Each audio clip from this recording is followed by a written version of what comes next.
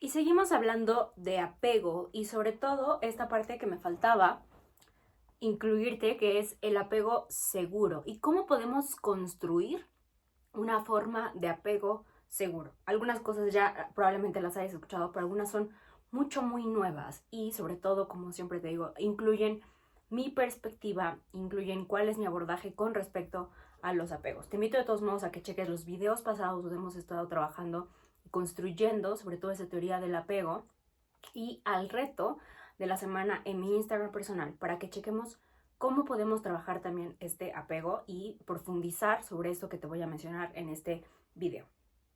Como hemos visto, el apego es una experiencia que no solamente habla de un individuo, sino habla de una relación que se da, ¿no? Como hemos entendido hasta ahora, el apego es una forma que nosotros proyectamos en la otra persona, pero también que esa persona nos devuelve, nos confirma. Por lo que cuando pensamos en apego, hablamos de un juego, de una danza relacional que se da entre dos personas. Por lo que cada persona, cada cuidador, nos hizo generar un tipo de apego. Por eso nos adaptamos a ese estilo de apego que el otro tiene. De acuerdo a lo que es el otro, nos confirma o nos desconfirma, nos mueve hacia cierto estilo de apego. Probablemente lo que tú has visto hasta ahora es que hayas replicado ciertos modelos de comportamiento que tengas con respecto a este modelo y cómo buscas personas para repetir ciertos patrones. Ningún apego es mejor que otro, incluso que el modelo de apego seguro. En realidad solo lo pensamos como que es lo mejor que nuestro mecanismo de adaptación hizo para poder desenvolverse con los padres, con los cuidadores, con el ambiente que teníamos.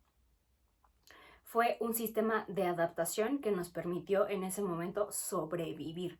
Y quiero que lo pienses de este lugar, porque entonces eso nos hace ver desde una perspectiva muy empática con nosotros, de cómo estas adaptaciones de apego, porque también es otra forma en la que lo hemos nombrado, nos hace ser empáticos con nuestra necesidad, con todas las necesidades que tenemos, ¿no? Dado lo que yo viví, la necesidad que yo tengo es de control. No quiere decir que yo vaya siempre a llevar a la práctica este control. Lo entiendo. Lo entiendo, pero no lo justifico, ¿no? No le quito el peso a mi responsabilidad sobre ese hecho. Entonces, en vez de tratar de cambiar, ¿no? Forzadamente, de estirarnos, de presionarnos rígidamente, desde un lugar de autocrítica, desde autojuicio o autoexigencia, la idea es que, y mucho más importante, es que busquemos sanar, que busquemos comprender y trabajar esas necesidades. Te hablo un poquito más de este enfoque, de trabajar sobre nuestras necesidades y trabajar sobre nuestras heridas en el podcast titulado Los lenguajes del amor, que puedes encontrar en Spotify o en Apple Podcast, en A comernos el mundo con Marlene DM, y donde te hablo de todo este juego. Y hay otro donde te hablo también sobre no existen las personas tóxicas, y ahí te lo explico también muy bien. Entonces, recordemos un poquito que esta teoría del apego en términos de lo romántico, ¿no? En la edad adulta, que es como la influencia, se estudió por Cindy Bason y Philip Shaver en la época de los 1980, y ellos descubrieron en su momento que el 56% de las personas tenían un apego seguro, el 25% un apego ansioso y el 19% un apego evitativo. Obviamente estos porcentajes han variado desde entonces, por la razón que sea. Podemos pensar incluso que tiene mucho que ver con una cuestión ambiental, ¿no? Una cuestión no solo de la familia, sino una cuestión de todo el exceso de sobrecarga que nuestros padres tienen que estar como lidiando, ¿no? Entonces, el apego seguro en realidad ha ido disminuyendo en cuestiones de porcentajes y se ha distribuido en el típico apego ansioso y en el evitativo. Estas investigaciones en su momento hablaron de cómo, de cuánto, de entre más profundo sea una relación, el apego que generemos va a irse yendo hacia lo más profundo, hacia lo más primitivo de nuestra psique emocional. Cuando conoces a una persona, lo más probable es que puedas desarrollar un apego seguro. Todos nos mostramos y nos vemos seguros, y no solo porque sea una fachada, sino porque es el apego más adulto al que desarrollamos, que estuvimos trabajando, que hemos estado esforzando. Sin embargo, cuando tienes una relación de mucho tiempo con alguien, tienes una oportunidad de ver cómo se desenvuelve ese alguien en un entorno mucho más profundo, y también porque salen sus mecanismos, sus heridas, sus temas a trabajar más profundos. Entonces esto es importante porque cuando te mencionaba específicamente del apego evitativo, es alguien que no tiende a vincularse o que se vincula por lo general de una manera más superficial que profunda. Entonces, cuando se permita llegar a un apego, a una vinculación de cierto tiempo, cierta constancia, entonces van a salir estos mecanismos. Mientras tanto, no. Mientras tanto podría estar disfrazado, podríamos decirlo así, pero también mostrando otros aspectos de ese apego evitativo, y nunca se podría dar cuenta, y tú seguramente no te darías cuenta, ¿no?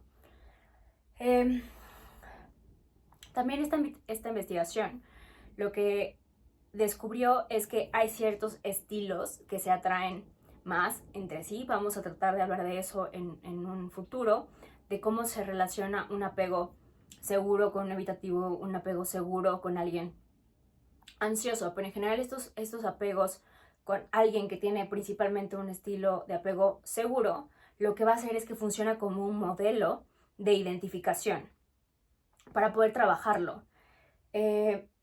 Sin embargo, lo más común es que una persona con un apego evitativo, que como veíamos tiene mayor consonancia con el ser mujer, y el apego evitativo con la masculinidad, son los que tienden a vincularse. No porque sea una regla, pero es una constancia, una probabilidad. También creo que, y si lo pensamos de otro lugar, es una posibilidad para seguir aprendiendo, ¿no? En esa repetición. Eventualmente la idea es que tú trabajes esas heridas, trabajes ese estilo de apego para que te puedas encontrar a otro tipo de personajes en tu vida que confirmen otras historias mentales. Vamos a hablar un poquito de esto, pero para entender mucho más profundamente lo que es el estilo de apego, pensemos en la teoría polivagal, que te prometí que te iba a explicar un poquito más. Pero es que estamos neurobiológica y psicológicamente programados para establecer vínculos. Desde chiquitos es una necesidad fisiológica, ¿no? Tenemos un sistema nervioso autónomo que se encarga de que estemos conectados con otros seres humanos a través de nuestros sentidos, a través de algo tan simple como el olor, ¿no? Por ejemplo, a través del oído, de la voz de mamá, de papá, de la persona que nos importa, ¿no? Y esto es simplemente una función para mantenernos a salvo, a través de la neurorecepción, ¿no? Que tiene que ver igual con todo este sentido, pero que es interno de cómo nos estamos sintiendo, que se da a través del nervio vago, que se creía que vagaba por todo el cuerpo, porque lo que hace es que le manda información al cerebro de cómo está nuestro cuerpo, de cómo está reaccionando. Es que podemos tener esa información, y nuestro cuerpo va reconociendo si estamos a salvo o no estamos a salvo. Es como un radar, ¿no? Que opera para decirnos, para escanear nuestro cuerpo, y nos pregunta constantemente: ¿estás conmigo? ¿No estás conmigo? ¿Estás diciendo que me apoyas? ¿No me apoyas? ¿Vas a sobrevivir? ¿No vas a sobrevivir? ¿No? ¿Me vas a juzgar? ¿No me vas a juzgar? ¿No? ¿Vas a ir en contra de mí? ¿No? ¿No? Es como esta idea que está... Son preguntas como simples, pero en realidad nuestro cuerpo las hace de manera automática, preguntando al entorno, ¿no? Y eso va modificando, y de manera como bilateral. Si yo estoy de esta manera, ¿no? Tú puedes ver que estoy cómoda. Y no solamente estoy cómoda porque estoy de esta manera, sino las dos, ¿no? Estoy en un ambiente que me hace sentir cómoda y me puedo permitir que mi cuerpo se sienta cómodo, pero también puedo sentirme de esta manera cómoda en un ambiente que no es tan cómodo, y eso le va a dar a mi mente la señal de que estoy más cómoda de lo que probablemente estoy. Entonces es un juego entre las dos. Cuando este radar detecta que estamos a salvo, la rama que permite establecer los vínculos con los demás se activa, dice, ¿no? O sea, mi cuerpo está bien, entonces yo puedo dedicar mi energía vital a hacer otras cosas mucho más importantes, como vincularme con los demás, como abrirme, como extender mis alas, mi brillo, si tú lo quieres ver de alguna forma así, ¿no? Y esto que se activa se conoce como el estado ventral, ¿no? Esto nos permite escucharnos, nos permite modular nuestra voz, nos permite contactar de una manera íntima, profunda, vulnerable. Relajar los músculos, por ejemplo, faciales, para poder comunicarnos mejor y que el otro nos entienda. Se relaja todo nuestro organismo, ¿no? Nuestro cuerpo se prepara también para aproximarse, ¿no? Y esto es muy importante, por ejemplo, cuando hemos hablado de la sexualidad femenina, que es cómo necesitamos una relajación, ¿no? Para una excitación sexual, ¿no? No te puedes excitar sexualmente cuando estás corriendo por la sabana por sobrevivir, que esa es la constancia que tenemos en el mundo de hoy en día. Entonces, este cambio no se puede fingir, no se puede forzar, ¿no? Cuando estás en este estado ventral, ¿no? Se apaga esta idea, este sistema que te hace sentir amenazado y puedes relajarte. Baja el cortisol, aumenta la oxitocina, literalmente, ¿no? Y eso es lo que nos hace que nos podemos vincular, y cuando estás amenazado no te puedes vincular, no hay forma, ¿no? O sea, la prioridad del cuerpo, del organismo es otra. Piénsalo en términos de mucho de esta inteligencia evolutiva. Y es muy importante también que cuando entramos en ese estado de activación de este sistema simpático, que no es nada simpático, ¿no? De urgencia, de prisa, de estrés, podemos también desencadenar ese estado en los demás. Es algo que se contagia. Cuando tú estás en una sensación de amenaza, el otro también se va a sentir amenazado. Y por lo tanto también defensivo, ¿cierto?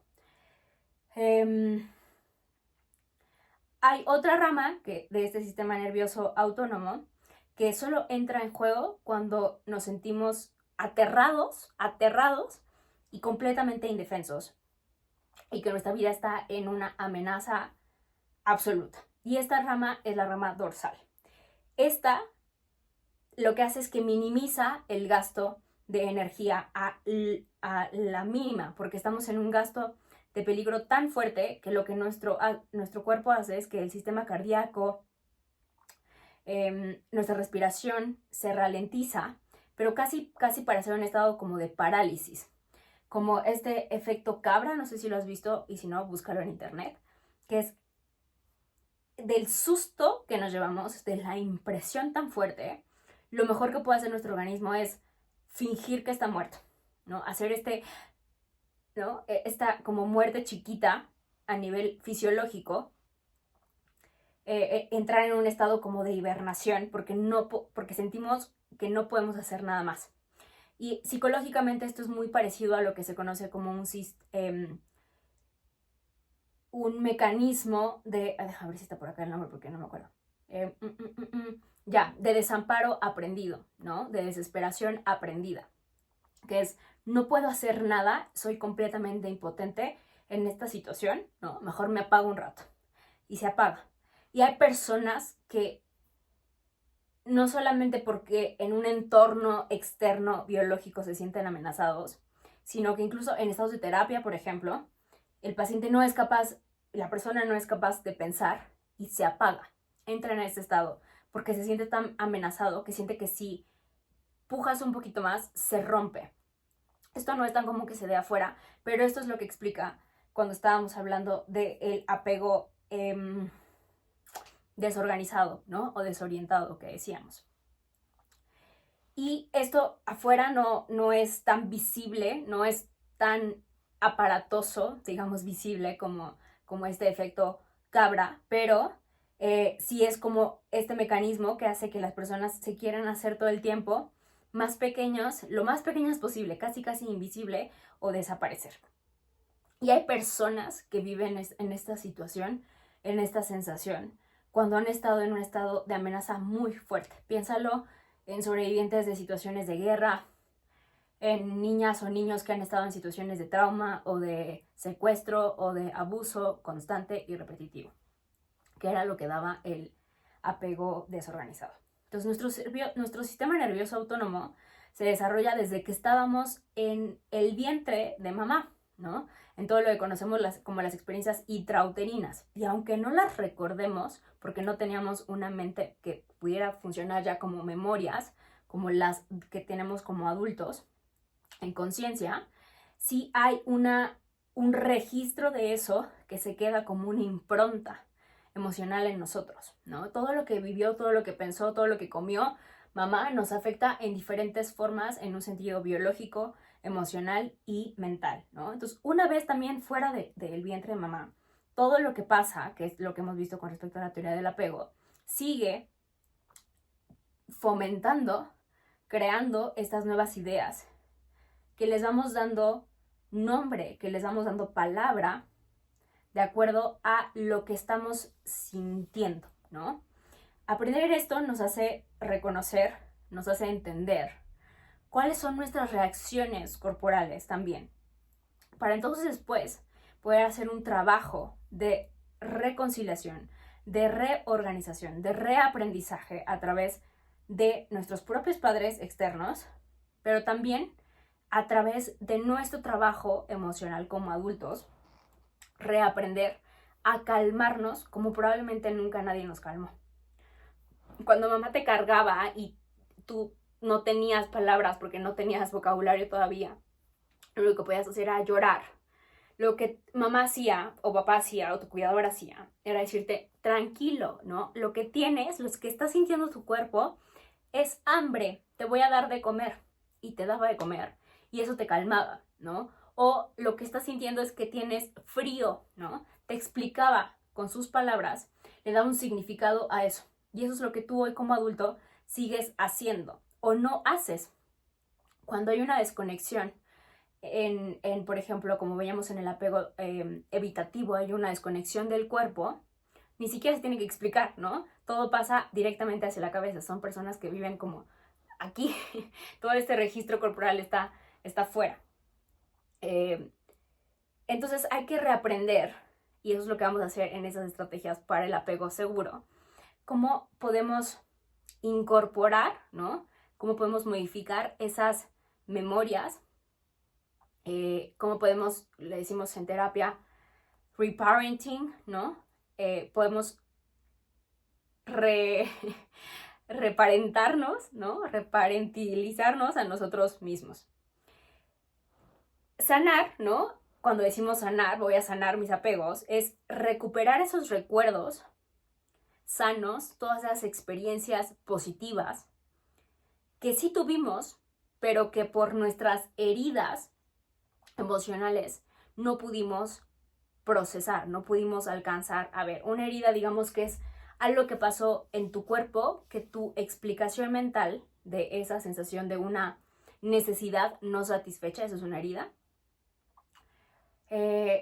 dio un significado y creó una historia, hizo una creencia de eso, ¿no? Y la creencia, vamos a trabajarlo, repito, en el reto de la semana sobre el apego, pero vamos a ver cómo la creencia que pudo haberse generado es: siempre tengo que esforzarme muchísimo para que el otro me ame. Nunca nadie se va a quedar conmigo. Nunca soy suficiente, ¿no? O las personas solo quieren estar conmigo un rato, ¿no? O siempre me van a dejar, o no sé, ¿no? Hay muchísimas ideas, creencias que podemos estar teniendo, ¿no? Hicimos mapas de la realidad con respecto a esto. Entonces, el sanar estas heridas emocionales es darle un nuevo significado a estas historias, pero también darnos cuenta de que estas historias que nos creamos, esta novela familiar, decimos en psicoanálisis, no es toda. En terapia también le llamamos a esto una terapia narrativa o una terapia donde vas resignificando las cosas y vas engrosando, ¿no? También neurobiológicamente tiene mucho sentido porque es como si una sinapsis hiciera caminitos y tú lo que quieres es crear una nueva, ¿no? Recordar una historia, recordar parte de la historia que tú no recuerdas, ¿no? Pero que también está ahí y que eso te ayuda a través de nuevas preguntas, de una visión desde afuera de algo que tú no te estás permitiendo ver. Eso es lo que hacemos en terapia.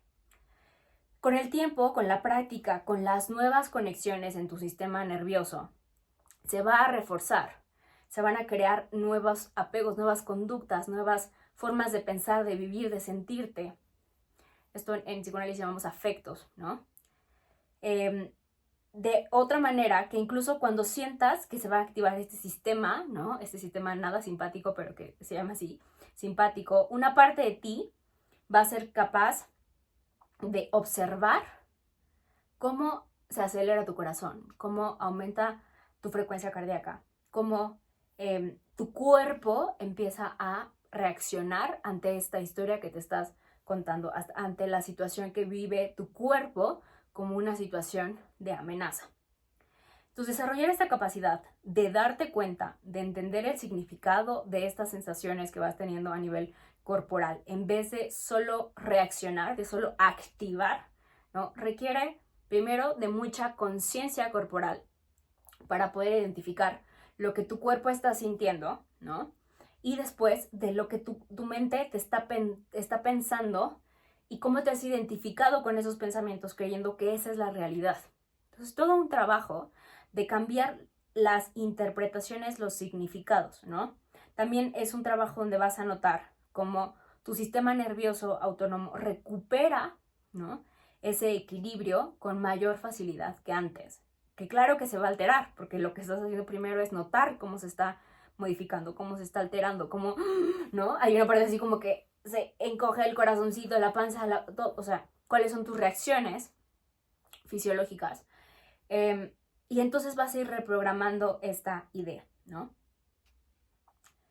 La idea es que con el tiempo, ¿no?, la ausencia de esta autovaloración que hicimos, que se vaya dando paso a paso, ¿no?, se haga de una manera mucho más rápida, se haga de una manera inconsciente, ¿no?, que ya no la notes, que no te requiere ese gasto de energía, como aprendiste en algún momento esos patrones adaptativos, pero que ya no son sanos, que ya no quieres en tu vida, que ya no quieres seguir repitiendo. Entonces buscamos, en términos de pareja, pensemos que lo que hacemos es, decimos en terapia, el mapa no es el territorio, y esto es recordar que buscamos personas para confirmar estas historias durante toda nuestra vida, ¿no? Hacemos estos patrones que seguimos repitiendo una y otra vez. Porque de niño lo que experimentaba el cuerpo, lo hacíamos una historia, como te decía, ¿no? Entonces, hay todas estas prácticas que vamos a ir viendo poco a poco, pero una de ellas es, por ejemplo, la atención conjunta, que para las personas con un apego evitativo implica vamos a hacer tú y yo algo juntos, donde los dos estemos poniendo atención a cómo estamos cocinando. Y eso para una persona con un apego evitativo implica no estamos juntos solo para una tarea, estamos poniendo atención en algo juntos, pero no me siento amenazado, ¿no? O puedo controlar mi sensación de amenaza de esa vinculación que para ti puede ser algo súper ordinario, pero para ellos, para algunos, puede ser algo muy comprometido porque estoy en conjunto haciendo esto contigo. Esta es una técnica también que se maneja para personas con trastorno del espectro autista, que es una actividad que tenemos de manera nata, pero que muchas personas con apego evitativo no logran fortalecer por esta desconexión emocional que sufrieron, que vivieron afuera, que nadie les interpretaba cómo era lo que estaban viviendo. Entonces, algunas habilidades que son importantes para fomentar y para crear este apego seguro son la escucha activa. Yo sé que suena como cosas muy simples, pero de verdad son muy importantes para generar este apego. Ya te expliqué toda la base biológica, porque todo esto es muy importante para que lo pongas en práctica al servicio de ese registro, de cómo estoy escuchando activamente al otro. Pero cuando estoy escuchando al otro, también estoy haciendo un ejercicio de escuchar a mi cuerpo, de qué es lo que estoy sintiendo, de qué es lo que estoy pensando, qué se activa en mí a nivel biológico cuando yo estoy escuchando lo que tú estás diciendo. Y desde otro nivel, por ejemplo, cuando es en pareja o en una relación, decimos que hacemos una metacomunicación y puedes decirle a tu pareja, a tu amigo, cuando yo te estaba escuchando decir, me voy a ir de viaje, lo que yo estaba sintiendo en mi cuerpo fue mucha angustia, mucho miedo, porque me doy cuenta de que a mí, cuando las personas me dicen que se van, me despierta este estilo de apego. Me despierta la sensación de que siempre me abandonan las personas. Y yo sé que te vas a ir solamente por 2 semanas y que vas a regresar y que vamos a estar en contacto, pero esto es lo que estaba sintiendo mi cuerpo, ¿no? Entonces, eso habla de cómo poner en práctica esta idea de la escucha activa, no solamente del otro, sino también de ti y de tu cuerpo. Y eso requiere de la segunda habilidad, que es la presencia. Estar habitando completamente este momento. Que, por ejemplo, para personas con el apego evitativo es, sí estoy contigo, pero estoy haciendo otra cosa, ¿no? Por ejemplo, las personas evitativas, algo que es muy común es que entre más exija, porque esa es la vivencia que tienen una persona con apego ansioso, que es con quien se tienden a juntar,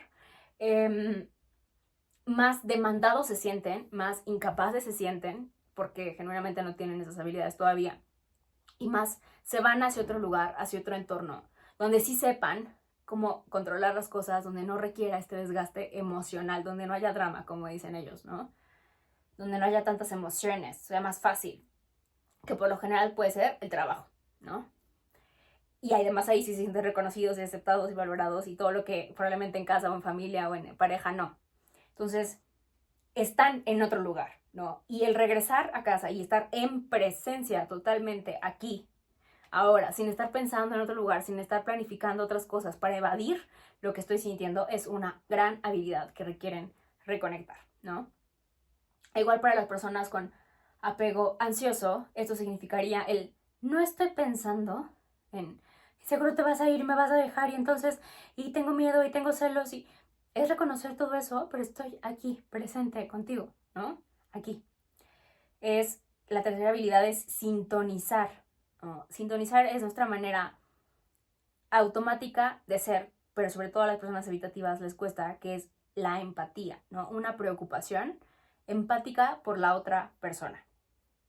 Y que en las personas con apego ansioso tiende a ser una tanta empatía que llega a tener un cansancio, ¿no? Emocional. Apego, hay un desgaste por empático en ese sentido. La atención conjunta, que ya te expliqué antes. El mantenimiento, que sería como el mantenerte en contacto con la otra persona de manera constante, ¿no? No tan constante ni como el apego evitativo, ¿no? Que no está en constante nunca, ni como el apego ansioso.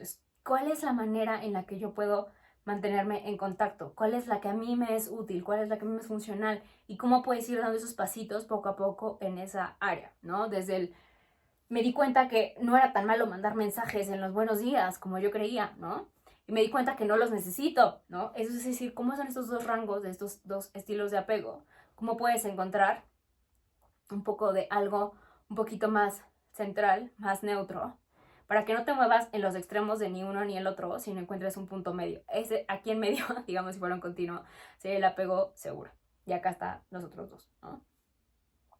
Estar al tanto de las idas y venidas, ¿no? De estas transiciones, de estos momentos en los que estás en uno o en otro, es cuál es el punto, ¿no? También en estas idas y venidas es cómo te sientes cuando la persona no está, cómo te sientes cuando la persona sí está, qué pasa cuando sí, qué pasa cuando no, cómo vas a reaccionar cuando la otra persona ya viene, ¿no? Y que tú te conozcas, esto que te decía en alguno de los otros videos, es para las ansiosas, cuando la otra persona regresa, pueden estar molestos, molestas, poniendo una defensa para no contactar con lo que significó el haber seguido.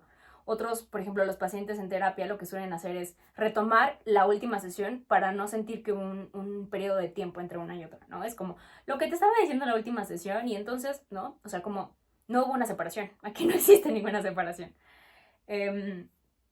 La otra sería el usar los ojos, ¿no? Y es que es importante para ambos el hacer contacto visual. Como te decía, para una persona con apego evitativo suele ser todo un reto el establecer este tipo de contacto con el otro.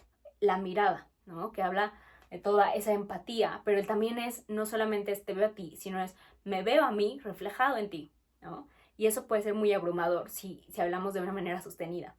Entonces, en este tipo de ejercicio, en ese tipo de prácticas, en ese tipo de herramientas, sirve mucho, por ejemplo, muchas actividades y muchos seminarios, hay clases para que puedas tomar en pareja, hay tantra, ¿no? De pareja que puedes ahondar también en ese sentido de cómo hablar de la intimidad junto con la sexualidad, que es algo lindo para construir en pareja, por ejemplo.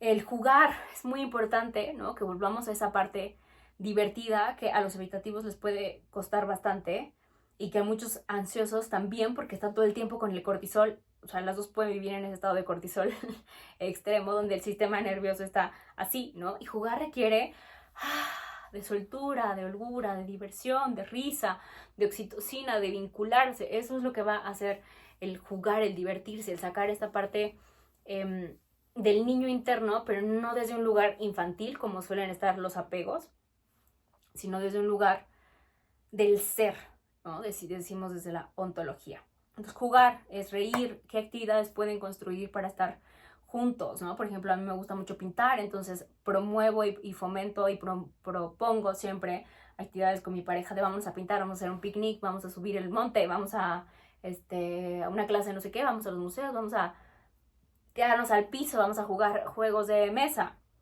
Jugar, lo que para ti signifique jugar. Burbujas, ¿no? Feria.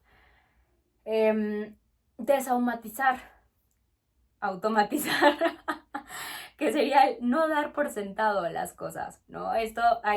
Te invito a mi taller, por cierto, corto comercial, sobre el no dar por sentado y sobre todo lo que tiene que ver con el amor. Luego te invito ahí a mi libro de pareja, que puedes encontrar todos los links en mi Instagram. Ahí está todo el conocimiento de todo lo que quieras de mí. Reconciliarse, ¿no? Es muy importante también aprender a pedir perdón y a no huir del conflicto, ¿no?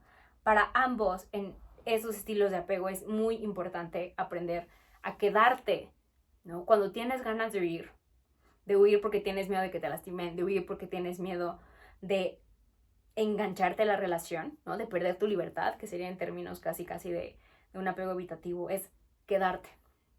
Eso es muy valiente, ¿no? Y es, a pesar del miedo enorme que tengo, quiero ser valiente. Y puedes decírselo así a tu pareja, puedes decírselo así a tu mamá, puedes decírselo ahí. Y eso es a lo que después vas a agradecer mucho, ¿no? No solamente puedes reelaborar el vínculo con una pareja o a través de una pareja, sino también con tus propios padres. Si ellos tienen la voluntad de quedarse, eso lo agradezco muchísimo a mi mamá, si ellos tienen la voluntad de quedarse y de hacer el trabajo emocional contigo porque tuvieron un proceso emocional que dijeron, quiero ser mejor padre, quiero ser mejor persona, puedes hacer este proceso con ellos. Por ejemplo, mi mamá y yo trabajamos mucho en reaprender a tener un contacto físico, reaprender en dejarnos tocar por el otro, reaprender en buscar fomentar, ¿no? Por ejemplo, a ella le cuesta trabajo pedir perdón, ¿no? O pedir por favor también. Y todo eso se va reaprendiendo y es un constante trabajo emocional, que repito, sirve mucho si lo haces con otro, pero que también lo puedes ir haciendo tú contigo en todas tus relaciones, en todas tus formas de vincularte con los otros. Penúltima es desarrollar y ampliar tus recursos, ¿no? ¿Cuáles son mis recursos emocionales? Y me metí al taller de desarrollo humano, me metí al taller de Marlene de plenitud, me metí al taller de autoestima, me metí al taller de felicidad, ¿no? O sea, todos esos y más tengo. Me compré el libro de no sé qué, estoy leyendo no sé qué, estoy aprendiendo a meditar, estoy trabajando en cómo sentirme a gusto conmigo mismo, estoy trabajando en conocerme, ¿no? Para estar a gusto con mi soledad, ¿no? Estoy trabajando en mis lenguajes del amor. Escuché el podcast. Estoy trabajando en mis recursos emocionales para tener más, para trabajar en ellos y que se hagan más, ¿no? Y como te explico en el programa de 8 semanas de cómo crear y expandir tu zona de confort para hacer una vida plena desde el gozo. Entre más grande hagas tu zona de confort, más herramientas tengas. Puedes vivir en tu zona de confort porque tu zona de confort va a ser el tamaño de un país entero, ¿no? Y entonces, claro que vas a querer salir a viajar y conocer y más cosas, pero tienes un país enorme donde tienes un montón de posibilidades, lo enriqueces, te enriqueces tú.